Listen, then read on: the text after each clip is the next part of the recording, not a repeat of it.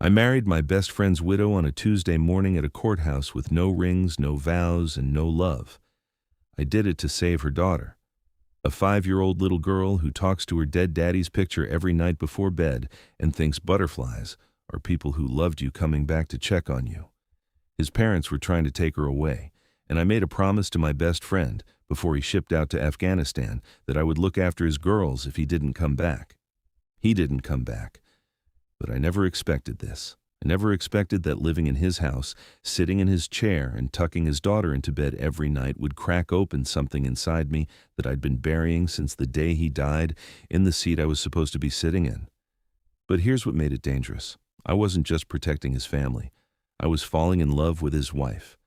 And every feeling I caught for her felt like a betrayal of the best man I ever knew. My name is Wesley Garner. I'm 33 years old, former Marine, carpenter. I grew up on the same street as Cole Braddock in Jasper, Indiana.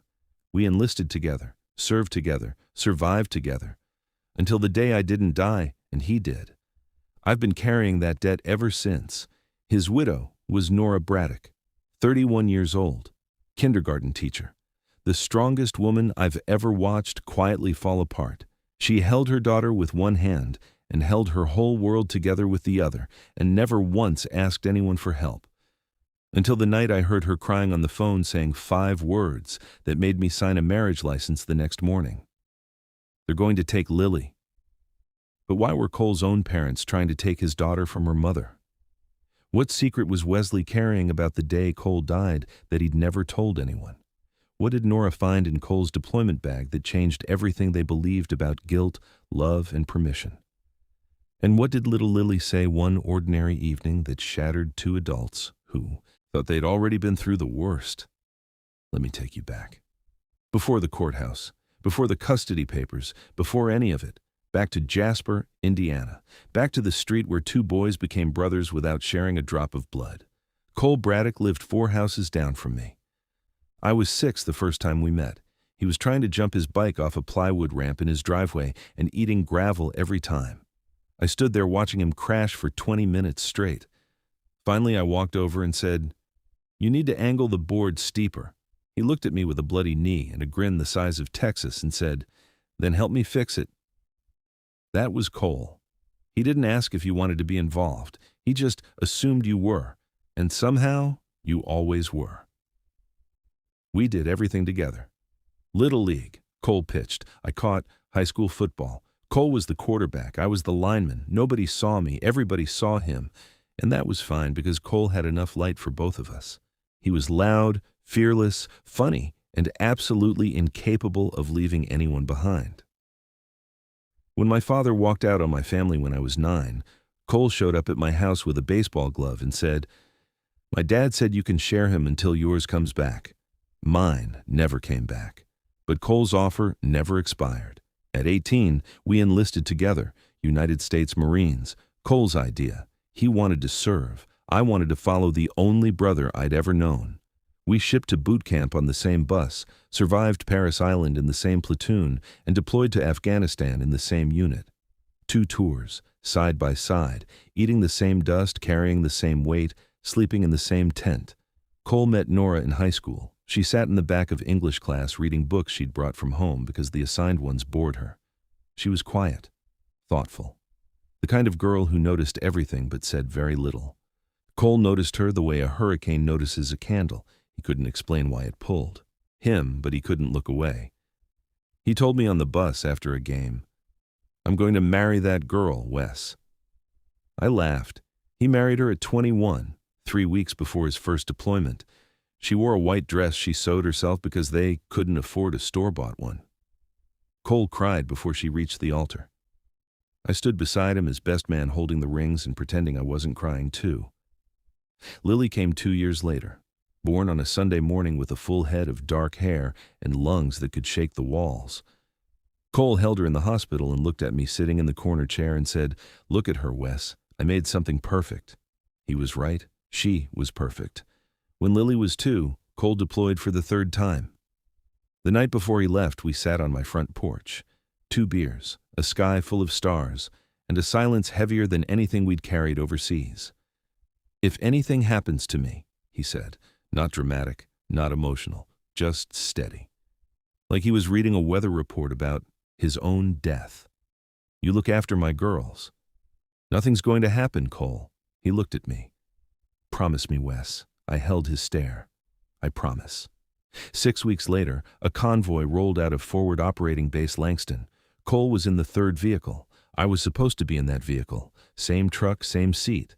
But at the last minute, a schedule change moved me to the second vehicle, a clipboard and a signature. That's what separated us. That's what decided who lived and who came home in a box. The IED hit the third truck at 14:32 local time. I heard it before I felt it, a sound that doesn't belong in any world where good men exist. I was out of my vehicle and running toward the fire before anyone could stop me. But there was nothing to run toward. The truck was gone. Cole was gone. 3 other Marines were gone, and I was alive because somebody moved my name on a piece of paper. They sent him home in a flag-draped coffin, full military honors. Taps echoed across the cemetery like the saddest sound ever invented. Nora stood in black holding Lily, who was wearing a blue dress and clutching a tiny American flag she didn't understand. I stood at attention in my dress blues, hands locked at my sides, jaw clenched so tight I thought my teeth would crack. I didn't cry. Not because I didn't want to, because if I started, I wasn't sure my body would survive what came out. After the funeral, I kept my promise, from a distance. I mowed Nora's lawn every other week, fixed the gutters when they leaked, replaced the porch steps when they rotted, left groceries on the front porch with no note because accepting a thank you felt like accepting something I hadn't earned. I set up a savings account for Lily and put money in every month. I did everything I could to honor my promise without ever getting close enough to feel what getting close would do to me. Because every time I looked at Nora, I saw the woman my best friend loved, and every time I looked at Lily, I saw the daughter of the man who died in my seat. And the guilt of surviving, of breathing, of waking up every morning in a world where Cole Braddock doesn't exist was a weight so heavy I could only carry it by keeping everyone at arm's length. 3 years passed like that. Me on the outside, Nora holding it together on the inside, Lily growing up in a house full of photographs of a father she was slowly forgetting. Then Cole's parents made their move. Howard and Gail Braddock, wealthy, connected, cold in the way only people with money and no warmth can be. They never approved of Nora. To them she was a teacher from a modest family who'd somehow captured their golden son. They tolerated her while Cole was alive. After he died, the tolerance turned to inspections. Gail would walk through the house, frowning at the curtains.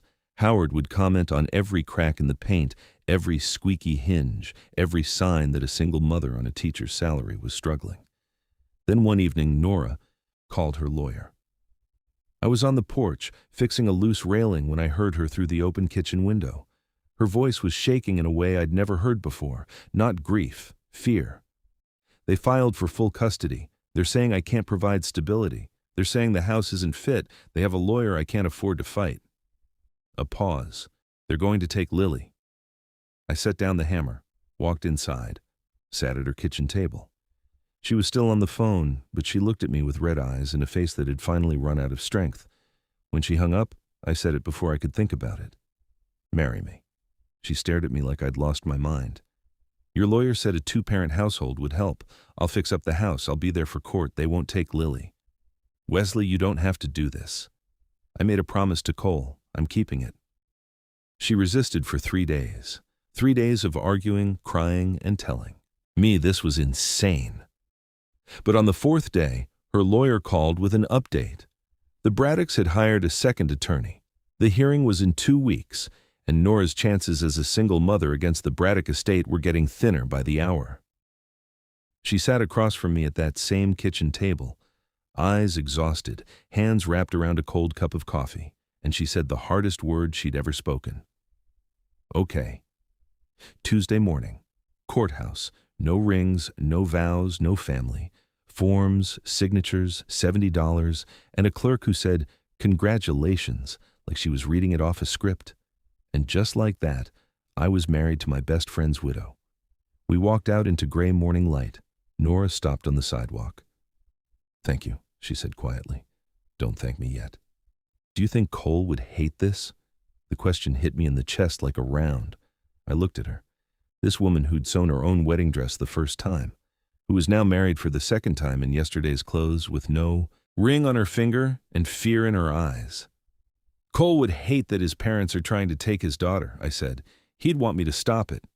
She nodded, swallowed hard, then said, "There's someone you need to meet properly, as my husband." Lily? She doesn't know about any of this. She just knows you're Daddy's friend who fixes things. Nora looked at me. Now you're going to be the man who lives in her house, and I need her to feel safe.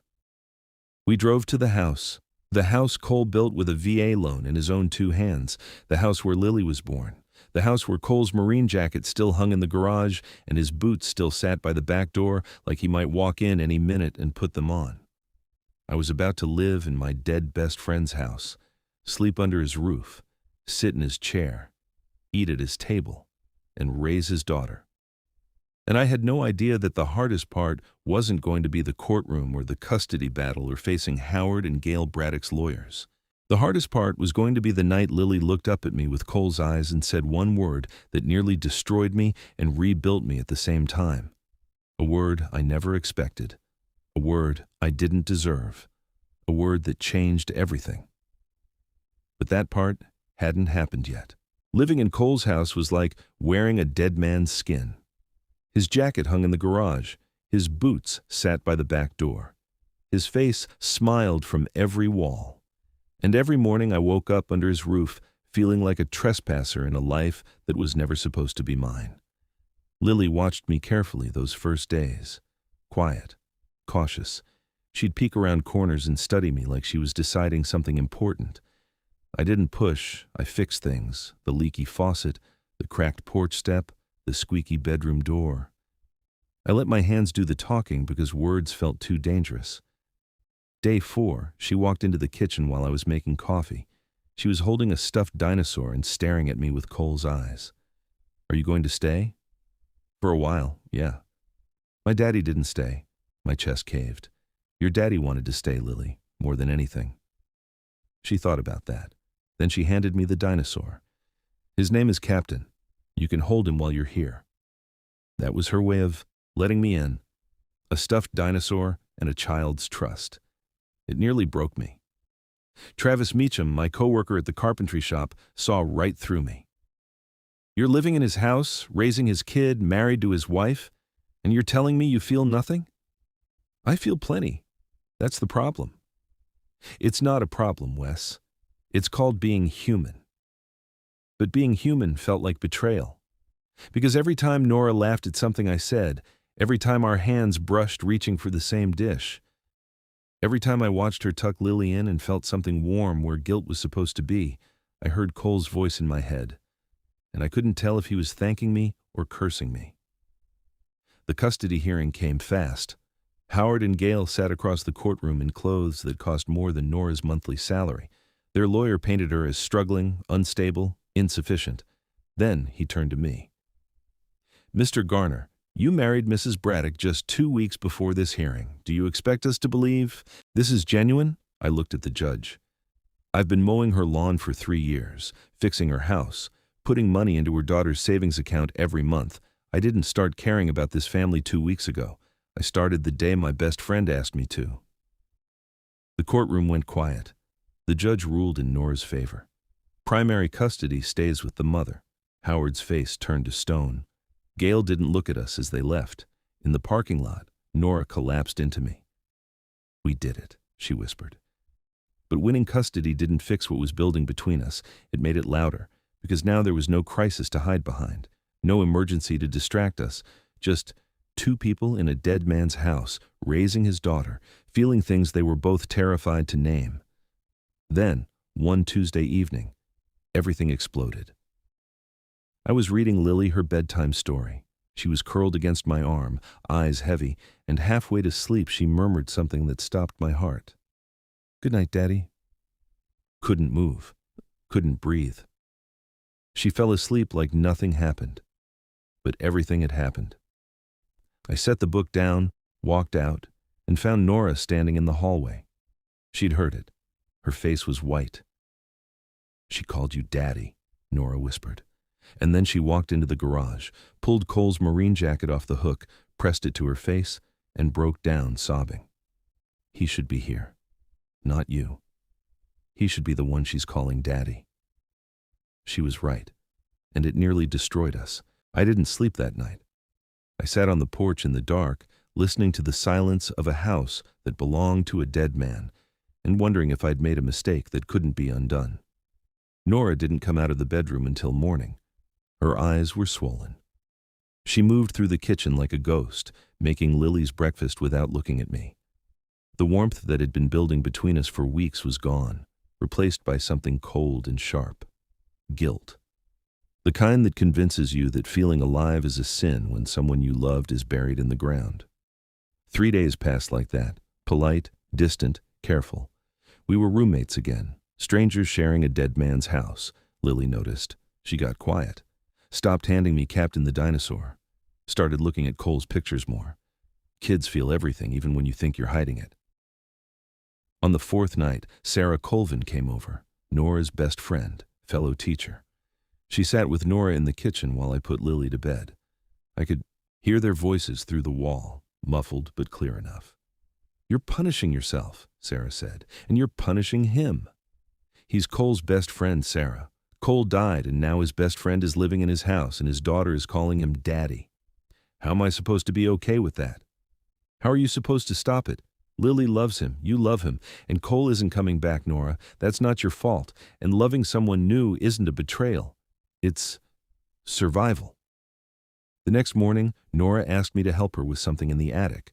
Cole's old deployment bags were stored up there. She'd never opened them. 3 years of sealed boxes she couldn't bring herself to touch. "I need to go through them," she said. "I need to stop being afraid of his things." We carried the bags down, sat on the living room floor. Lily was at school. The house was quiet. Nora opened the first bag. Uniforms, socks, a travel chess set. Cole used to beat me with every single deployment. She smiled at that. A small, painful, beautiful smile. The second bag held books, letters from Nora he'd kept bundled with a rubber band, a photo of Lily as a newborn taped inside a journal. Then Nora pulled out a sealed envelope from the bottom of the bag, yellowed, creased. Written on the front in Cole's handwriting were 5 words. "For Wes, open if I don't come back." Nora stared at it, then at me. Her hands were shaking. "This is for you," she whispered. I took the envelope. My name in my best friend's handwriting, written the night before the convoy, the night before the IED, the night before the seat I was supposed to be sitting in exploded and took him instead. I opened it, and Cole Braddock, 3 years dead, spoke to me one last time. "Wes, if you're reading this, I didn't make it. And if I know you, which I do better than anyone, you're probably sitting in my house right now feeling guilty about something you shouldn't feel guilty about. You're probably mowing my lawn and fixing my gutters and leaving groceries on the porch with no note because accepting a thank you feels like too much for a man who thinks he should have died instead of me." My vision blurred. "Stop it. Right now. Stop carrying that. You didn't choose to be in a different truck. God did. The universe did. The schedule did. But you didn't. And I need you to hear me say that because I know you won't believe it from anyone else." Nora moved closer, reading over my shoulder, her hand pressed to her mouth. "Look after my girls, Wes. Not from a distance, for real. Move into the house, fix the porch. Teach Lily to ride a bike. Be there when Nora needs someone to sit with her in the kitchen after Lily goes to sleep. Be present. Be close. Stop hiding behind duty and start living inside the life I'm asking you to protect." Tears hit the paper, mine and Nora's together. "And here's the part I need you to really hear. If somewhere down the road you and Nora find something together, don't you dare feel guilty about it. I didn't pick you to watch over my family because you're reliable, Wes. I picked you because you're the best man I've ever known, and if my wife is going to love someone after me, I'd rather it be you than anyone else on this planet." I couldn't see the words anymore. I was crying too hard. "Live, brother, for all 3 of us. Build something beautiful in the house I built, and when Lily asks about me, tell her Daddy loved her, and tell her the man standing in front of her loves her too. That's not a replacement. That's a family." The letter was signed at the bottom. "Your brother, Cole. P.S. You still owe me $20 from that chess bet in Kabul. Don't think dying gets you out of it.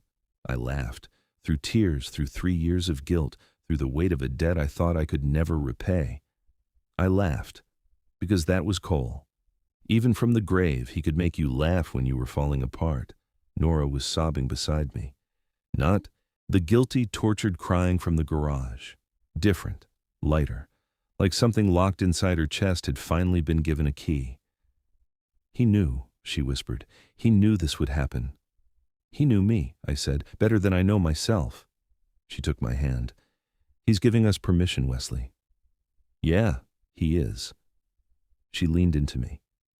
I held her on the living room floor, surrounded by Cole's bags and Cole's letters and Cole's life, and for the first time since the funeral, the guilt didn't come.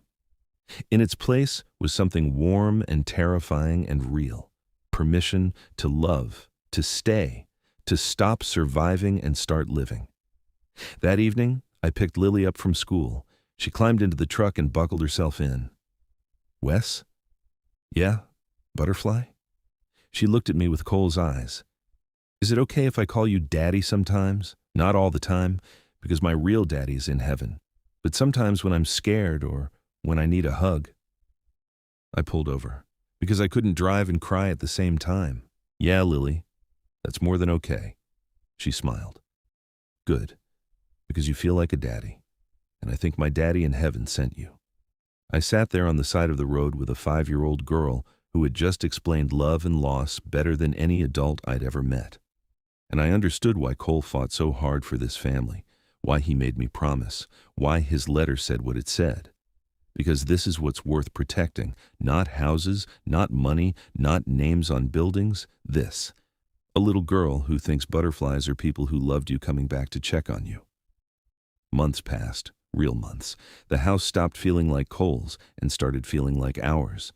Not because we erased him, because we let him evolve. His photos stayed on the walls, his jacket stayed in the garage. But now there were new photos too. Lily on my shoulders at the county fair, Nora and me on the porch swing, the three of us covered in flour after a pancake disaster that Lily still talks about. I adopted Lily, officially. The judge who'd handled the custody case signed the papers. When it was done, Lily said, "Does this mean you can't leave now?" I said, "I was never leaving." She said, "Good, because Captain the Dinosaur would miss you." On the 1-year anniversary of our courthouse marriage, we had a real wedding. Small. Nora's backyard. Yellow flowers everywhere because Sarah said yellow means new beginnings. Lily was the flower girl. She took the job more seriously than any 5-year-old has ever taken anything. She walked down the grass aisle holding a basket of petals like she was carrying treasure. I wore Cole's marine pin on my lapel. Right over my heart, when it was my turn to speak, I didn't read from a card. I made a promise on a porch in Jasper, Indiana, to the best man I ever knew. I told him I'd look after his girls. I thought that meant mowing lawns and fixing porches. I looked at Nora. I didn't know it meant falling in love with the woman he loved. I didn't know it meant becoming a father to the daughter he left behind. I didn't know that keeping a promise could give me everything I didn't think I deserved. Nora's vows were shorter, simpler, devastating. Cole gave me love the first time, and then he sent you to give it to me again. I'm not replacing him. I'm continuing the story he started, with the man he trusted most. When we kissed, Lily clapped louder than anyone. That evening we drove to the cemetery, the three of us. Nora carried yellow flowers. I carried Lily on my hip. We stood in front of Cole's headstone, white marble. American flag pressed into the ground beside it. Lily placed a drawing on the grass, a butterfly with 3 people standing underneath it. She'd written "my family" in crooked kindergarten letters. I set Lily down, stood at attention, and saluted my best friend for the last time. Nora knelt and whispered, "Thank you for sending him to us, Cole. We're okay now, all 3 of us." A butterfly landed on the headstone, just for a second. Then it lifted off and floated away over the trees. Lily gasped. "See? I told you. Butterflies are people who loved you coming back to check on you." Nora looked at me. I looked at her. and neither of us said a word because there was nothing left to say. Cole had checked on us, and we were okay. So if you're out there right now carrying a promise you don't know how to keep, or loving someone you think you're not allowed to love, or feeling guilty for being alive when someone you lost isn't, hear me. The people who leave us don't want us to stop living. They want us to live harder, love louder, build something beautiful in the space they left behind. That's not betrayal. That's legacy. Now, sit with this one. If someone you loved and lost could write you one last letter from wherever they are, what do you think it would say? Would they tell you to stop grieving? Would they give you permission to love again? Would they say they're proud of you? Or would they say something you're not ready to hear? Tell me in the comments. Take your time. Because someone scrolling tonight lost someone too, and your words might be the letter they've been waiting to read. If this story touched something deep, if it made your eyes sting, or your chest feel full, or your heart remember someone who isn't here anymore, hit that subscribe button right now.